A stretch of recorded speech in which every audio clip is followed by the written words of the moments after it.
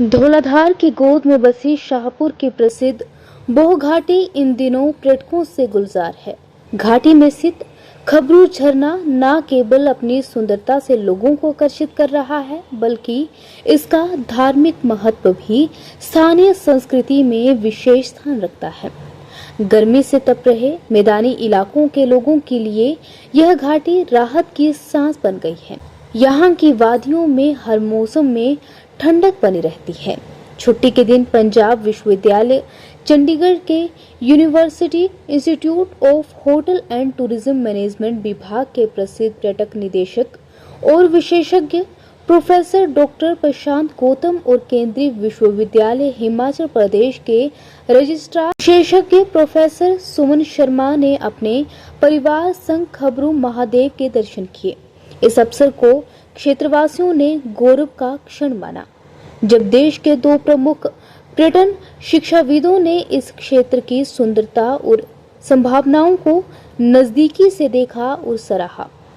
Professor Gautam ने खबरू झरने और बोह घाटी की सुंदरता को अद्वितीय और आत्मा को छूने वाला अनुभव बताया। उन्होंने कहा कि सोशल मीडिया के माध्यम से उन्होंने इस स्थल की प्रसिद्धि सुनी थी और इसे देखने की इच्छा लंबे समय से थी।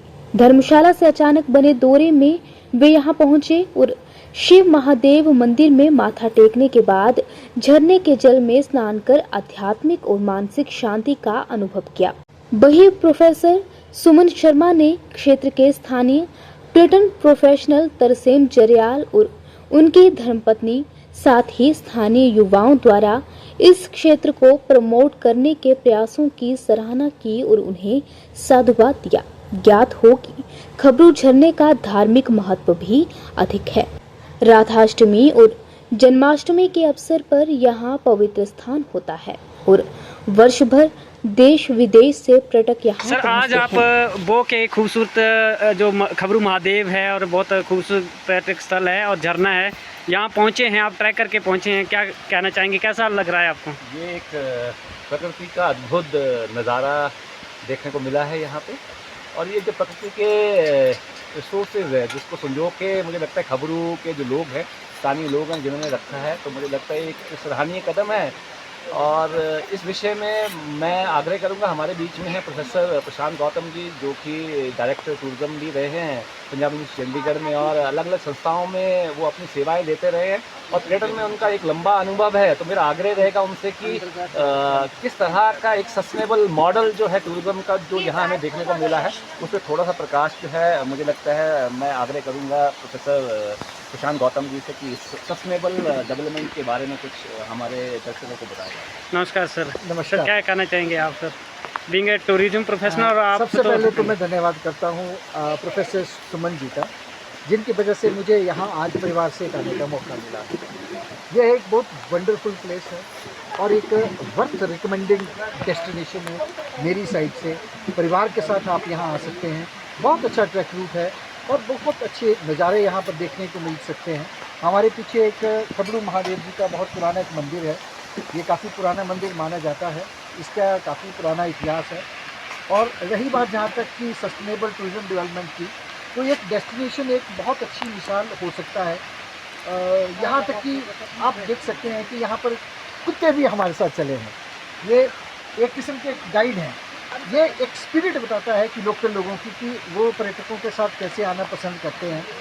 और अगर इसको वैसे अभी तक तो ये बिल्कुल अनटच्ड डेस्टिनेशन है।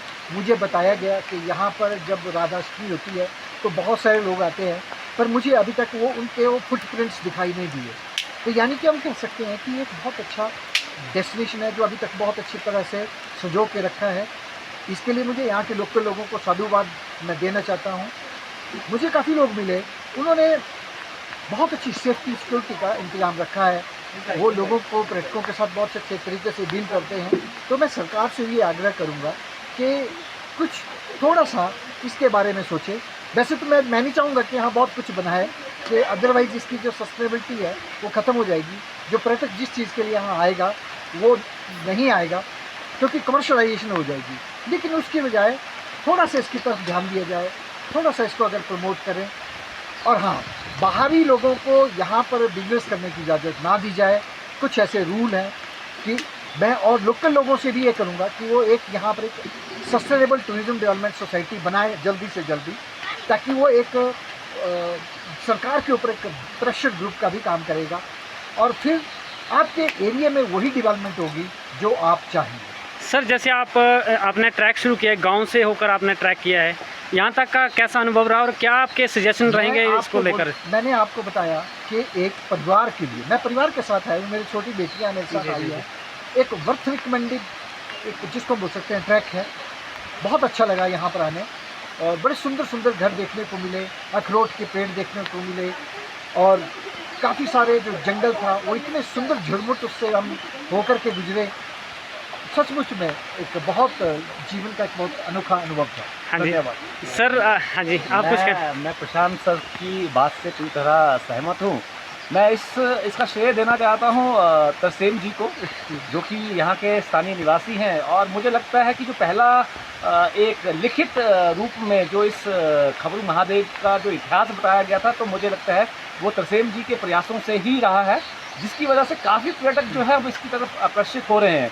और ये इतिहास ना केवल पर्यटकों को आकर्षित करता है, बल्कि हमारा एक रिलीजियस बिलीफ भी इसमें रहता है कि ठीक है, मणि महेश में जो व्यक्ति नहीं पहुंच सकता है राधा अष्टमी के दिन, वो यहाँ पे स्नान करके एक पुण्य की जो प्राप्ति है वो कर सकता है। इसका श्रेय जो मुझे लगता है वो तरसेम जी को, इनकी वाइफ को, जो उन्होंने कल्चर को प्रिजर्व करके रखा है, मेंटेन करके रखा है। और ये सस्टेनेबल मॉडल जो यहाँ ये इम्प्लीमेंट कर रहे हैं, इनको मैं साधुवाद देना चाहता हूँ, इनके सहयोगियों को साधुवाद देना चाहता हूँ। धन्यवाद। Thank you so much sir.